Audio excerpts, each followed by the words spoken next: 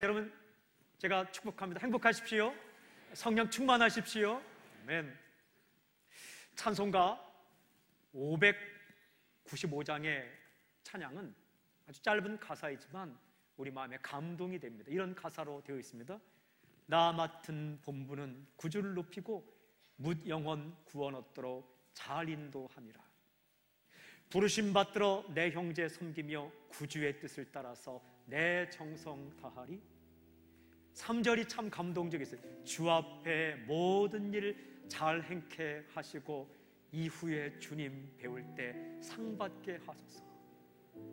주 앞에서 모든 일을 잘 행케 하시고 이후에 주님 배울 때 상 받게 하소서. 나 항상 깨어서 늘 기도드리며 내 믿음 변치 않도록 날 도와주소서. 찰스 웨슬리라는 사람이 지은 시입니다. 지금부터 300년 전에 18세기에 살았던 복음 전도자이며 찬송가 작사자입니다. 그의 형은 아주 유명한 감리교의 창시자 존 웨슬리이죠.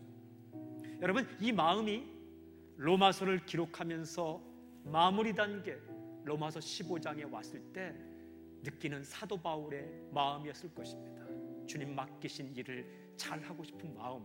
우리 오늘 이 찬양을 바울의 마음으로, 또한 수없이 쓰임받았던 우리 믿음의 선배들 마음으로 함께 찬양을 드리고 싶습니다. 함께 먼저 찬양할까요? 맡은 본분은 구주를 높이고 문 영혼 구원 얻도록 잘 인도함이라.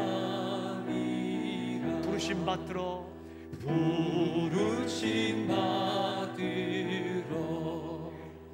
내 형제 섬기며 구주의 뜻을 따라서 내 정성 다하리. 주 앞에 모든 일, 주 앞에 모든 일 잘 행케 하시고 이후에 주님 배울 때 상 받게 하소서. 나 항상 깨어서 늘 기도드리며 내 믿음 변치 않도록 날 도와주소서. 여러분, 예수님을 제대로 만난 사람은 그럭저럭 살지 않습니다. 예수님 만난 크리스천은 하나님의 일을 하며 살게 됩니다. My service to God. 여러분, 하나님의 일이 하고 싶어집니다. 하나님의 일을 하게 됩니다. 더 나아가면 하나님의 일을 잘하고 싶어집니다. 찬송 가사처럼 세월이 흘러도 마음 변치 않고 순수하고 순전하게 하고 싶은 마음이 생기게 되죠. 이것은 예수님 잘 믿게 되면 목사가 되라는 이야기 아닙니다. 선교사가 모두 되라는 이야기도 아닙니다. 더더욱 교회 안에서만 일하라는 이야기가 아닙니다. 어떤 일을 하든 어느 곳에 있든 교회 아니든 교회 밖이든 하나님께서 기뻐하고 하시고 싶은 일에 인생을 걸게 된다는 것이죠. 그리고 마음 가운데 그 일을 잘 감당하고 싶다라는 마음이 생기게 됩니다. 질문이 한 가지 있어요. 하나님의 일을 어떻게 할 것인가? 다른 말로 말하자면 어떻게 하는 것이 하나님의 일을 잘 하는 것일까? 여러분, 오늘 본문에 6가지로 비밀이 선포되어 있습니다. 오늘 메시지의 핵심입니다. 그러나 저는 6가지 모두를 동일한 양으로 선포하기보다는 그 중에 몇 가지에 초점을 맞춰서 말씀을 선포하겠습니다. 먼저 14절부터 17절 함께 읽을까요? 함께 시작. 내 형제들아, 너희가 스스로 선함이 가득하고 모든 지식이 차서 능히 서로 권하는 자임을 나도 확신하노라.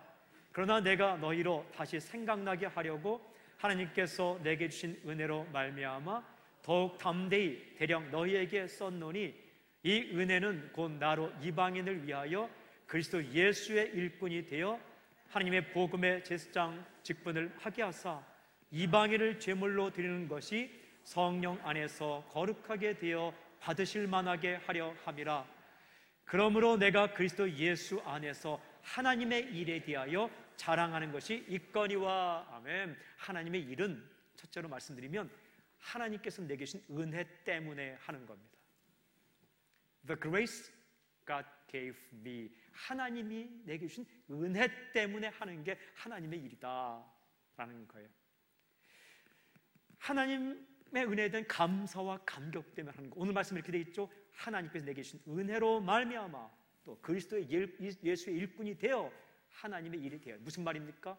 은혜 때문에 일꾼이 됐고 그리스도의 일꾼은 하나님의 일을 하는 사람이다라는 거예요. 여러분, 이 마음이 사도 바울의 마음에 있었어요.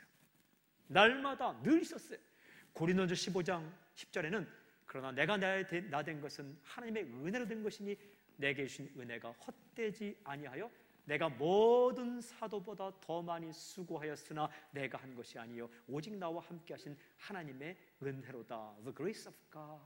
내가 수고를 많이 하지만 하나님의 은혜 때문에 하기 때문에 감사하다 이거예요.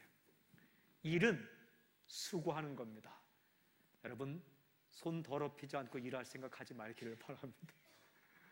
일은 수고하는 거예요. 땀 흘리지 않고 일할 생각하지 말길 바랍니다. 일은 땀 흘리는 거예요. 욕먹지 않고 일할 생각하지 마시길 바랍니다. 일은 욕먹는 거예요. 부담감 없이 일하려고 생각하지 마십시오. 일은 부담스러운 거예요. 뭐든지 맡으면 그런 겁니다. 그런데 그것이 하나님의 은혜 때문에 하게 될 때에 감사와 감격과 고백과 흥분이 살아있게 되는 거죠. 그래서 일은 선물이에요. 일은 여러분 은혜예요. 은혜. 하나님께서 내게 주신 은혜 때문에 하나님의 일을 하는 겁니다. 어떤 마음으로? 아니 내가 이런 일을 하다니, 이런 마음이에요. 아니 내가 이런 일을 하다니. 제가 한참 전에 어떤 목사님, 아주 나이가 연세가 많으신 목사님의 이야기를 들었는데 다른 이야기는 다 기억나지 않는데 한 가지는 기억나요. 무슨 얘기냐면 그분은요, 설교할 기회가 생기면 한 번 설교할 기회를 하나님 주실 때마다 헌금을 하신대요. 액수는 밝힐 수 없어요. 왜냐하면 그 액수가 워낙 커서 저 같은 사람은 따라하다 보면 한 3일 만에 먹을 것도 없어지겠더라고요. 그런데 그 태도와 그 마음이 얼마나 감동이 되었는지, 하나님이 메시지를 전할 기회를 주셨기 때문에 어떤 장소에든지 그렇게 하나님의 마음을 대신 전달할 기회가 생기면 내가 잘나서 그렇게 일한다고 생각하지 않고 하나님의 나 같은 것을 사용하시다니, 이런 마음으로 헌금을 그때마다 드린다는 거예요. 저는 그 마음과 태도가 감동이 되었습니다. 이런 고백과 흥분, 감사와 감격, 이것이 하나님 앞에 선 사람의 마음이에요. 제가 지난주에 목금토 퍼스를 잠깐 다녀왔습니다. 여러분 모르실 거예요. 왜냐하면 주일날 아무 일이 없던 듯이 이렇게 와서 설교를 했기 때문에. 근데 걱정하지 않게 하기 위해서 제가 말하지 않았는데, 이제 한 주가 지났으니까 그날 새벽 2시 비행기를 타고 여기 6시 반에 공항에 도착해서 와서 이렇게 설교했거든요. 지나간 일이니까 이제 걱정하지 마세요. 지금 이제 다 회복됐으니까. 혹시 여러분들이 아이고 저 목사님 피곤해서 어떻게 설교나 할까 그럴까봐 얘기는 안 했어요. 그런데 이 얘기의 핵심은, 그 목사님은 제가 전에 청년부를 할 때 그 청년부 예배에 나오시던 목사님이에요. SK를 다니시다가 그걸 놓고 신학을 하고 목사님이 되셨어요. 그 아내 되시는 사모님은 제가 부목사로 있을 때 함께 교육전사님을 섬기던 분이에요. 이 두 분이 이제 목회를 하다가 호주로 오게 되었습니다. 퍼스로 오시게 되었어요. 2년 되셨습니다.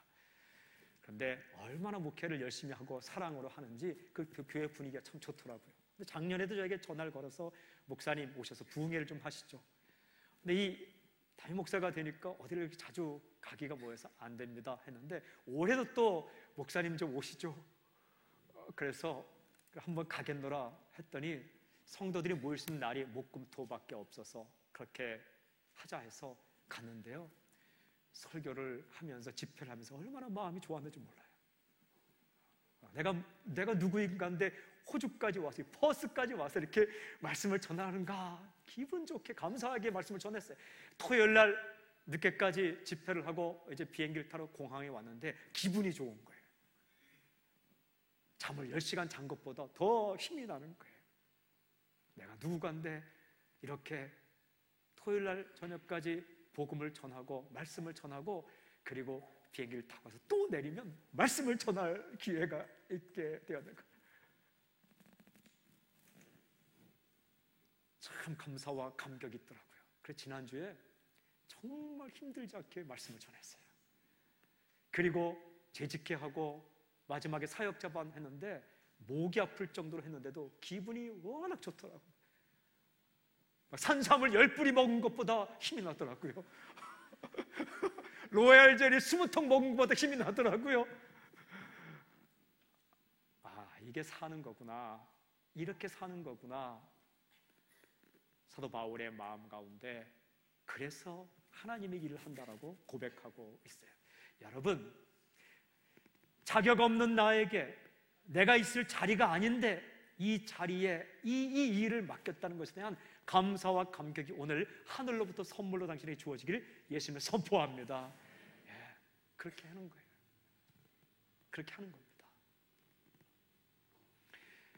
그러면서 이 바울이 고백하기를, 하나님께서 우리에게 주시기를 18절 19절에 이렇게 말씀하십니다. 그리스도께서 이방인들을 순종하게 하기 위하여 나를 통하여 역사하신 것 외에는 내가 감히 말하지 아니하노라. 그 일은 말과 행위로, 표적과 기사의 능력으로, 성령의 능력으로 이루어졌으며, 그리하여 내가 예루살렘으로부터 두루 행하여 일루리곤까지 그리스도의 복음을 편만하게 전하였노라. 이 말씀 가운데, 짧은 말씀 가운데 5가지 비밀이 있어요. 첫 번째는 방금 전에 읽은 하나님의 은혜로 일하는 것이다. 두 번째는 하나님의 일은 나를 통하여 일한다는 거예요. Through me, 나를 통하여. 여러분 명심하십시오. 기억하십시오. 하나님의 일은 하나님께서 하십니다. 동시에 누군가를 통해서 일하십니다. 사도 바울의 입을 통해서 우리에게 말씀합니다. 바울은 나를 통해 일한다. 여러분, 누군가 쓰임받게 되어 있어요. 이 땅에 정해진 역사는 이것입니다. 모든 종족 가운데 예수님 복음이 전파될 것입니다. 모든 민족 가운데 그리스도의 복음이 전파될 거예요. 그제야 이 땅에 끝이 올 겁니다. 누군가 어느 민족은 쓰임받게 되어 있어요.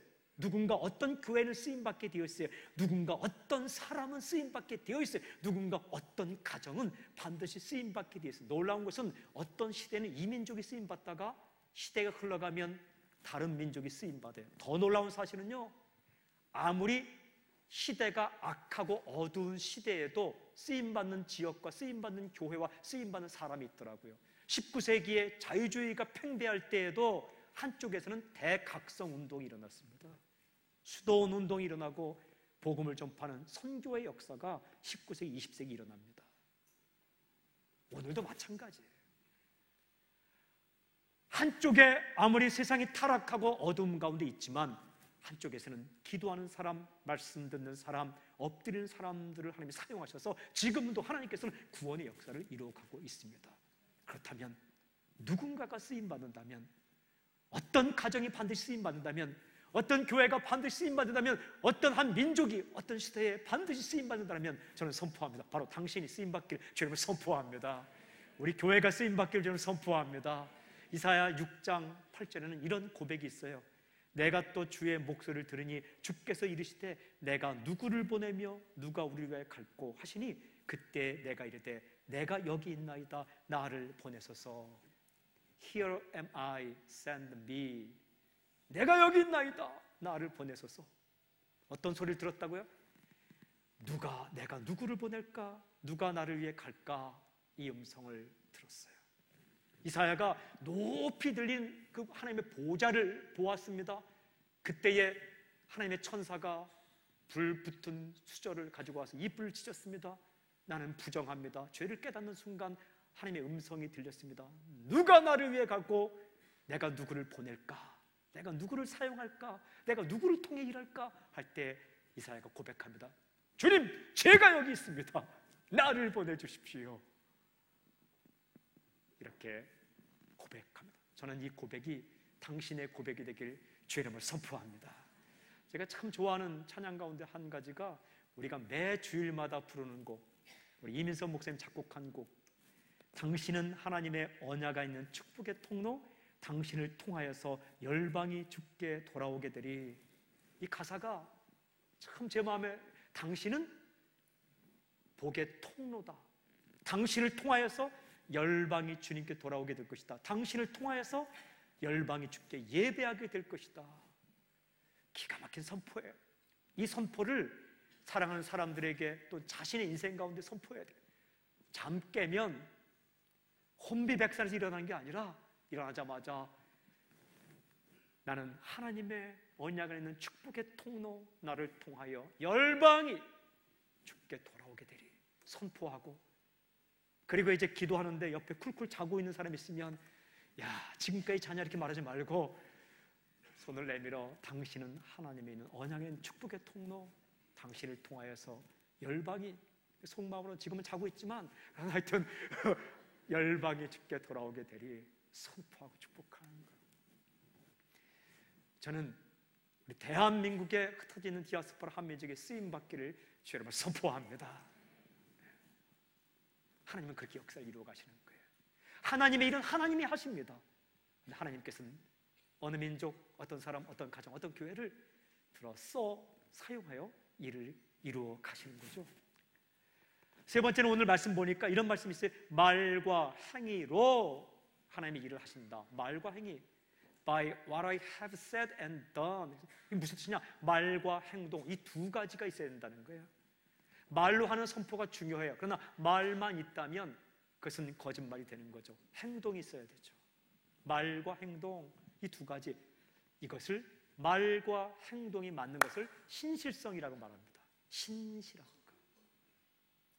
그리스도의 복음은 말과 행동으로, what I have said, 내가 말한 것, and done, 내가 행한 것, 이 두 가지를 통해서 복음이 전파되고 하나님의 일이 이루어진다라는 거예요. 여러분, 사역도 그렇게 하는 겁니다. 말과 행동으로. 사랑도 그렇게 하는 겁니다. 말과 행동으로. 요한일서 3장 18절에 자녀들아 우리가 말과 혀로만 사랑하지 말고 행함과 진실함으로 하자 되겠어요. 선포하고 약속하고 약속한 것은 실천하고, 이렇게 하면서 하나님의 일이 이루어진다는 거예요. 여러분, 말로 복음을 전포하면, 말로만 계획을 세우면 누가 못 갑니까? 행동이 뒤따라야 되기 때문에 이게 하나님의 일이라는 게 이렇게 호락호락하지 않은 겁니다. 공수표를 날리지 않는 것, 거짓 약속을 하지 않는 것, 이게 굉장히 중요해요. 특별히 저희 같은 리더는 뭐 하겠다 하고 안 하면 안 돼요. 그걸 잘 기억하고 또한 그것을 때가 되었을 때 해야 되는 거죠. 이게 중요한 거예요. 이 부분은 제가 더 이상 설명하거나 말하지 않겠습니다. 우리가 다 알잖아요. 저는 당신의 말과 행동이 일치되어서 당신을 통해 하나님의 일이 이루어지는 놀라운 역사길 주님을 선포합니다. 네 번째, 오늘 말씀 보면 하나님의 일은 표적과 기사의 능력으로 됐어요. 표적과 기사의 능력으로. 하나님의 일에는 인간의 능력을 뛰어넘는 하나님의 사건이 일어나게 돼 있어요. 이게 흥분되는 일입니다. 하나님의 일을 하기로 순종하고 나서면 내 능력을 뛰어넘는 하나님의 기적이 일어납니다. 저는 선포합니다. 기적을 체험하는 놀라운 역사가 있을지어다. 이 기적, 미러클, 기적은요 하나님의 사건입니다. 기적이 뭐냐? 내 능력으로는 할 수 없지만 하나님의 능력 안에서 일어나는 일. 내 능력으로 생각하면 일어날 수 없는 불가능한 일이에요. 그런데 하나님의 능력을 생각하면 일어날 수 있는 일이 기적이에요. 하나님께서 바다 가르지 못하시겠습니까? 하나님께서 강물을 막아 서지 못하겠습니까?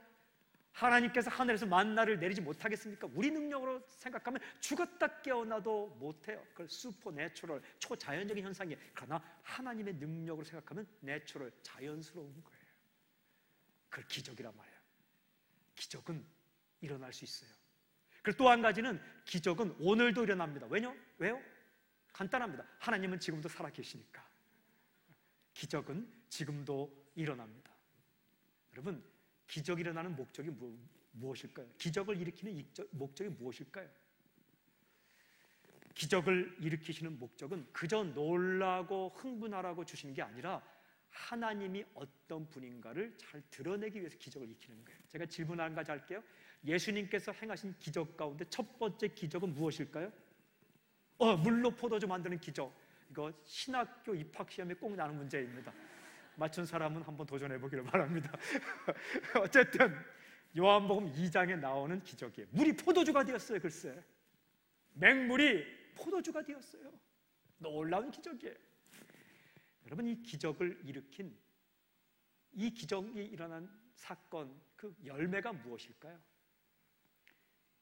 그냥 맛있는 포도주 먹고 그냥 끝났나요? 아니, 물이 포도주가 됐냐? 한번 놀라고 쇼킹한 사건으로 끝났나요? 아니면 포도주가 모자라 결혼식이 엉망이 되려고 하는데 결혼식 분위기가 깨지지 않고 잘 마무리되어 그걸로 끝났나요? 여러분, 결혼식 분위기 망치지 않는 것도 중요해요. 맛있는 포도주 먹는 것도 중요해요. 놀라는 것도 중요해요. 그런데 그 기적의 열매는 요한복음 2장 11절에 이렇게 기록되어 있어요. 예수께서 이 첫 표적을 갈릴리 가나에서 행하여 그의 영광을 나타내심에 제자들이 그를 믿으니라.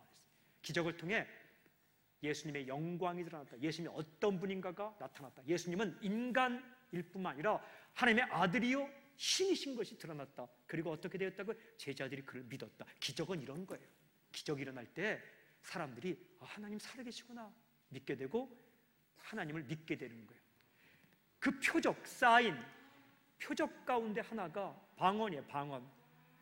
구원받은 방언은 방언받았다고 다 구원받은 거예요. 구원받은 사람 가운데 방언을 하기도 하고 하지 못하는 사람이 있어요. 그러나 방언이 표적이라고 고린도전서 14장에 나와 있어요. 표적은 뭐냐면 하나님이 살아계신 걸 나타낸다는 거예요. 안 믿는 사람도 방언하는 걸 보면 영적인 세계가 있는 것 같은데 하나님이 계신가 보다 라고 하나님을 생각하게 된다는 거예요. 자기가 배우지 않은 언어인데 그냥 혀가 떨리고 턱이 떨리고 입이 떨리면서 따다다다다달랄랄랄 하면 깜짝 놀라는 거죠. 이게 무슨 일이지? 이게 인간의 세계만, 내가 보던 세계만 있는 게 아니로구나. 하나님의 영의 세계가 있구나 라고 하나님을 생각하는 표적으로 하나님이 주신다는 거예요. 병이 나오면, 불치의 병이 나오면 다 죽었다고 시트를 덮은, 그 헝겊을 덮은, 담요를 덮은 사람이 일어나면 깜짝 놀라 끝납니까? 하나님이 살아계시구나 깨닫게 된다는 거죠. 그런 기적이 있다는 거예요. 성경은 기적을 기록하고 있어요. 미라클. 오늘도 일어날 수 있습니다. 하나님은 살아계시기 때문에. 사랑하는 여러분, 저는 선포합니다. 우리 공동체 가운데 기적이 일어나기를 주님을 선포합니다. 병이 낫는, 의사 선생님이 손을 뗀 그 병이 낫는 기적도 우리 가운데 있기를 주님을 선포합니다. 그리고 절대로 변할 것 같지 않던 완악한 사람이 한순간에 변해서 예수님 앞에 엎드리는 놀라운 기적도 있을지어다. 30년 동안 깨어진 관계가 회복되는 놀라운 역사도 있을지어다. 당신이 변하는 기적도 있을지어다. 70년 동안 분단된 대한민국 조국, 남과 북이 통일되는 하나님의 기적도 우리에게 있을지어다. 사랑하는 여러분, 놀랍게도 하나님의 복음이 전파되는 곳에는 기적이 함께 따라옵니다. 사도행전을 보십시오. 기적만이 중요한 거 아니에요. 표적만이 중요한 거 아니에요. 그것만 찾아 헤매면 안 돼요. 그러나 하나님의 일을 하기 위해서 발을 내딛는 순간, 그리고 하나님께 역사하는 순간, 그곳에는 말씀이 선포되기도 하지만 기적도 함께 일어나게 되어 있습니다. 귀신이 떠나가고 병이 낫고 사람이 변하고, 그리고 묶였던 문제가 한순간에 풀려나가는, 홍해가 갈라지고 여리고성이 무너지고 요단강이 멈추어서는, 그리고 문득병이 낫게 되며 연약한 사람이 죽게 돌아오는 그런 기적들이 일어나면서 하나님의 역사가 흘러가는 거예요. 사랑하는 성도 여러분, 저는 당신의 인생 가운데 그 기적도 체험하는 놀라운 선물이 있길 저는 선포합니다. 하나님의 일은 그렇게 한다는 거예요.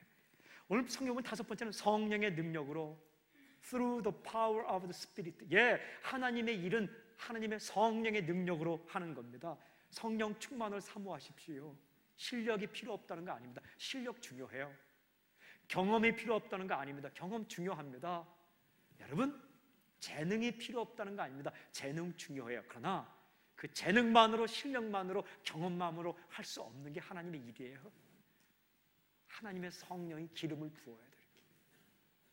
은혜를 부어야 돼요.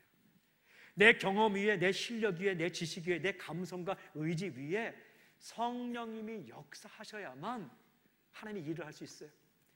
성격 중요해요. 여러분, 급한 성격이 더 좋습니까? 느긋한 성격이 더 좋습니까?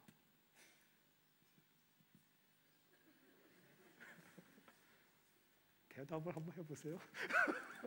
급한 성격이 좋은가요? 느긋한 성격이 좋은가요? 둘 다 좋아요. 둘 다 좋은 거예요. 사랑하는 성품과 미워하는 성품 가운데 사랑의 성품이 좋아요. 급한 성격, 느긋한 성격은 둘 다 괜찮아요. 문제는 급한 성격 위에 느긋한 성격에 성령이 기름 부었는가가 중요해요.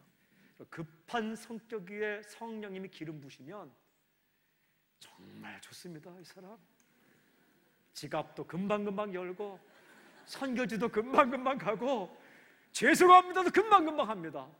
또 느긋한 성격 위에 성령의 기름 부시면 화도 잘 안 내고 잘 참아주고 실수도 받아주는 거예요. 그런데 급한 성격 위에 사탄이 기름 부으면 큰일 납니다. 더 위험한 것은 느긋한 성격 위에 사탄이 기름 부으면 10년이 가고 20년이 가고 30년이 지나도 아무 일도 아니랍니다. Nothing. 중요한 것은 성령님이 기름 부는 거예요. 기가 막힌 실력 위에 사탄이 기름 부으면 이 사람 연주하거나 노래할 때 사람들 괜히 마음만 상합니다. 그러나 작은 실력이라도 성령이 기름 부시면 그 실력 때문에 감동을 받아요. 감동을 받는 거예요. 하나님의 일은 성령의 능력이라는 거예요. 스가랴 4장 6절에 이는 힘으로 되지 아니하며 능력으로 되지 아니하며 오직 나의 영으로 되는지라. By my spirit. 전도도 성령의 능력으로 한대요. 고린도전서 2장 4절에 내 말과 내 전도함이 설득력 있는 지혜의 말로 하지 아니하고 다만 성령의 나타나심과 능력으로 하여. 전도도요 말 잘하는 것 같고 하는 게 아니랍니다. 성령의 능력을 하여. 그러므로 안심하시고 전도할 수 있길 저는 선포합니다. 나는 말을 못해. 나는 주변 머리가 없어. 나는 남들 앞에 부끄러움을 타. 사랑하는 여러분, 세상에서 부끄러움을 타기로 경쟁한다면 저만큼 따라올 자는 없습니다.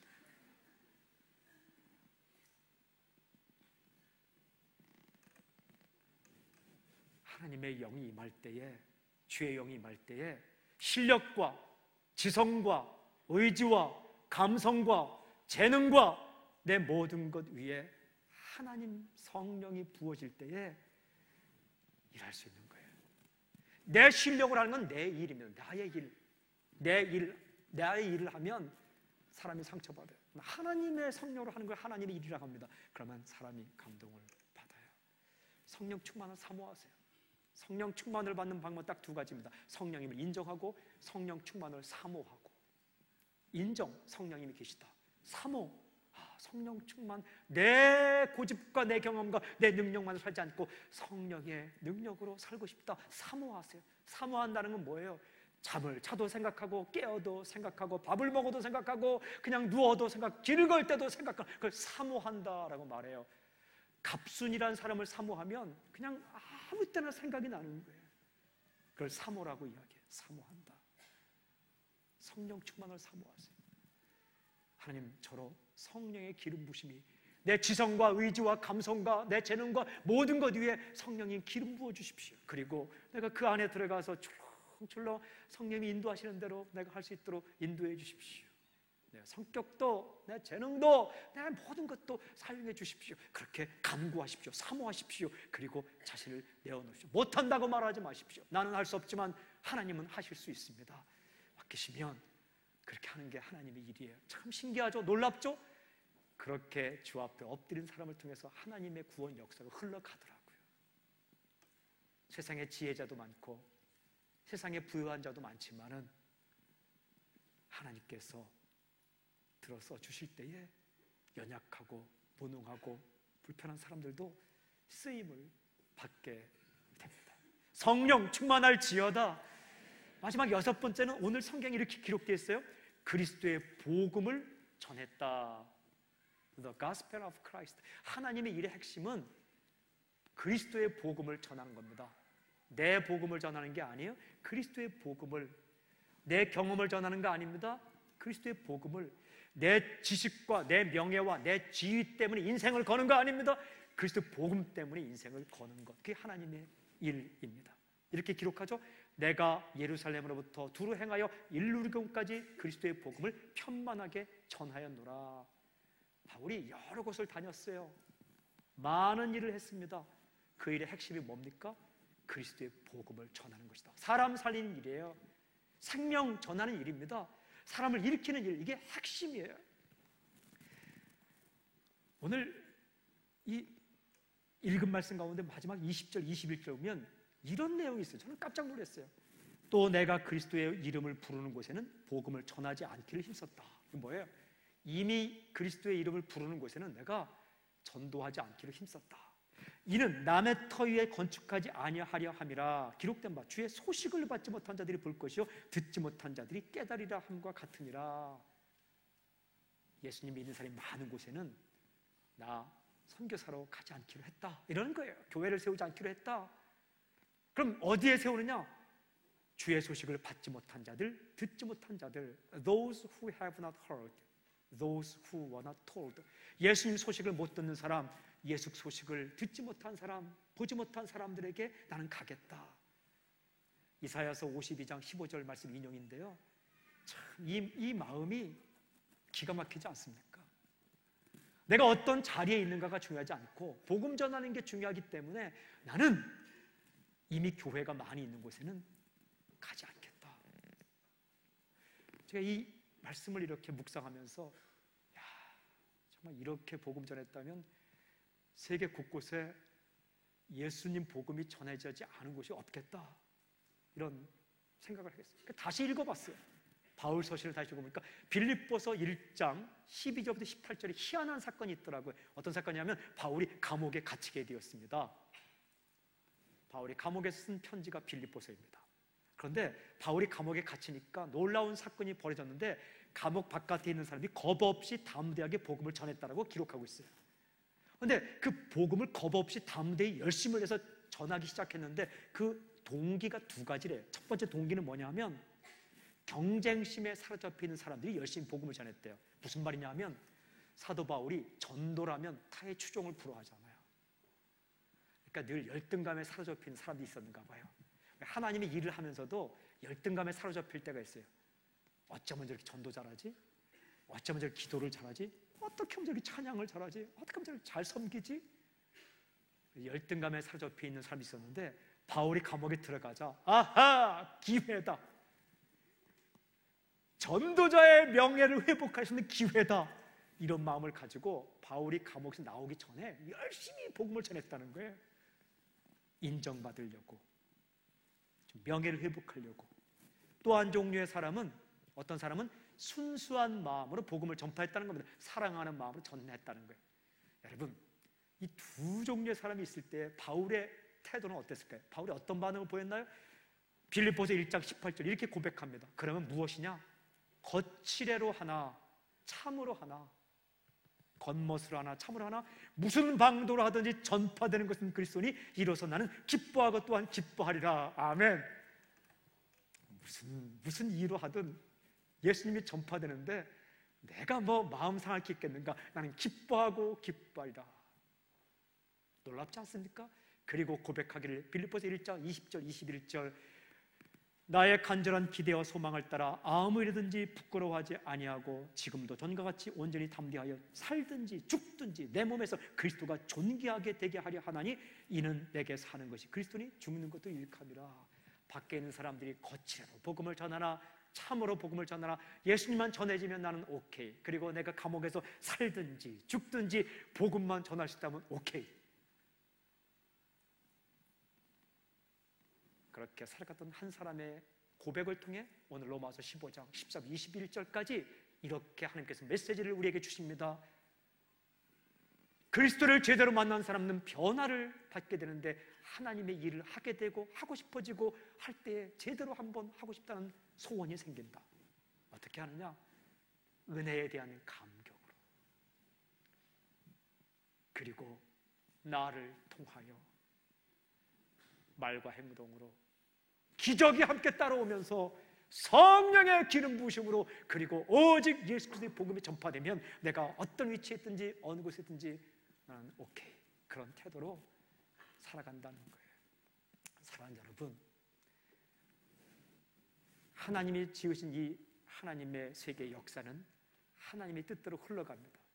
그 하나님의 역사의 끝자락 끝에는 모든 종족들 가운데 복음이 전파될 것이고 그들이 하나님을 찬양하게 될 것이며 그때에 주님께서 구름 타고 이 땅 가운데 오실 것입니다. 그때까지는 하나님은 누군가는 사용하세요.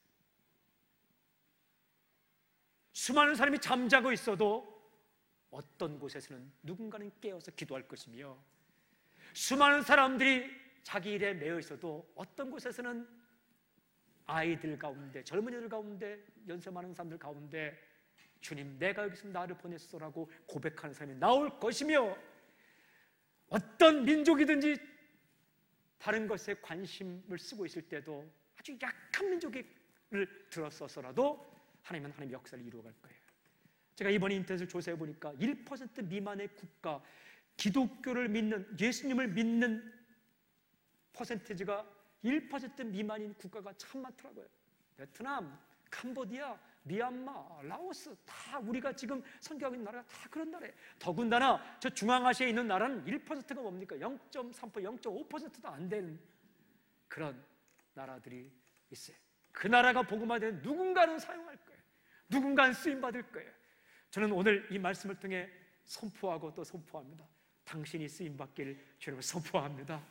그리고 우리 교회가 쓰임받기를 바라고 우리 민족이 쓰임받기를 선포합니다. 그리고 흥분과 감사와 감격과 고백과 그리고 외침으로 하나님께서 교회 안이든지 교회 바깥이든지 아니면 당신에게 목회와 선교에 이르든지 아니면 순장이든지 성가대든지 교사든지 안내든지 어떤 일을 맡겨도 하나님의 은혜의 감격에 겨워서 그렇게 최선을 다해 아름답게 헌신하는 당신이 되길 주의 이름으로 선포합니다. 그런 인생이 될지어다. 하나님 아버지, 우리 사랑하는 새순교회 모든 성도님들이 하나님의 일에 쓰임받는 복을 누리게 하여 주시옵소서. 순수한 마음으로 쓰임받는 인생이 되길 원하며 예수님 이름을 감사하며 기도하옵나이다. 아멘. 우리를 믿어주시고 우리에게 일을 맡겨주시고 우리를 사용하신 하나님을 찬양합니다. 아멘. 아멘. 우리 이 시간 찬양으로 옆 사람을 선포하고 축복하고 있는데, 당신은 하나님의 언약인 축복의 통로. 함께 일어나 찬양합시다. 옆 사람에 한번 선포하세요. 두 번만 찬양하겠습니다. 당신은 하나님의 선포하세요. 언약 안에 선포하세요. 있는 축복의 통로. 당신을 통하여서 당신을 통하여서 열방이 주께 돌아오게 우리 두 손을 들고 우리는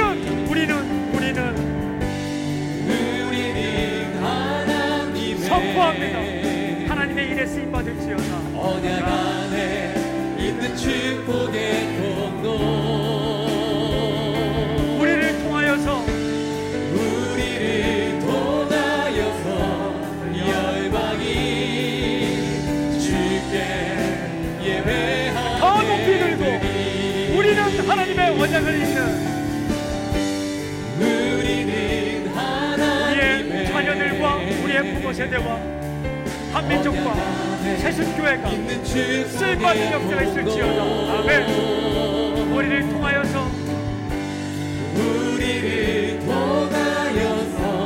열방이 주께 예배하게 되리. 하나님 아버지,